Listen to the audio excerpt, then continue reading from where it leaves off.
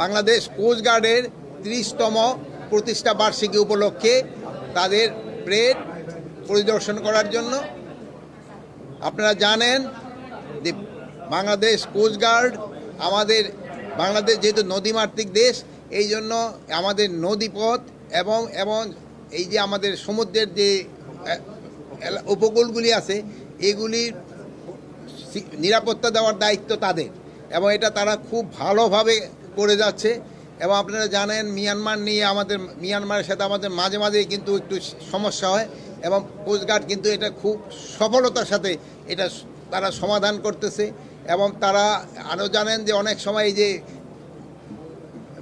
বিদেশি অনেক আমাদের ভিতরে ঢুকে, আমাদের জলসীমায় ঢুকে মাছ টাছ ধরে, এবং এই সব ক্ষেত্রেও কিন্তু কোস্টগার্ড একটা ভালো ভূমিকা রাখতেছে।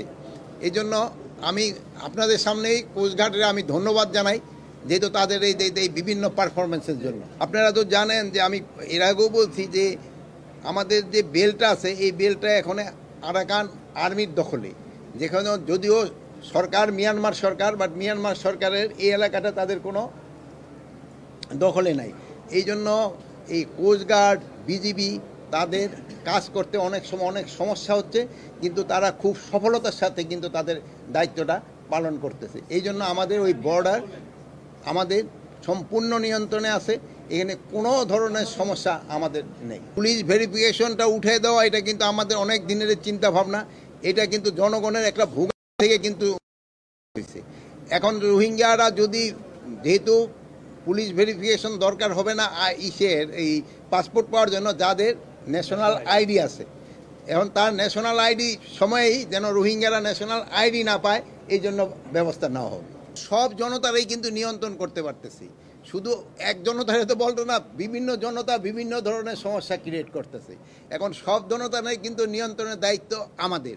এখন কোন জনতা কিসের জন্য মব বা ক্রিয়েট করে ওইগুলো কিন্তু আপনারা একটু দেখতে হবে। এই জন্য সবাইরই কিন্তু একটু সজাগ হইতে হবে। দেশের যেটা ভালো হয় দেশের জন্য ওইটাই শুধু করতে হবে, আমাকে দেশকেও ভালোবাসতে হবে, আমাকে দেশের জন্য যেটা উপকারী ওইটাই আমাদের করতে হবে। আমাদের নিজস্ব ব্যক্তিগত লাভের থেকে আমাদের দেশের লাভটা বেশি।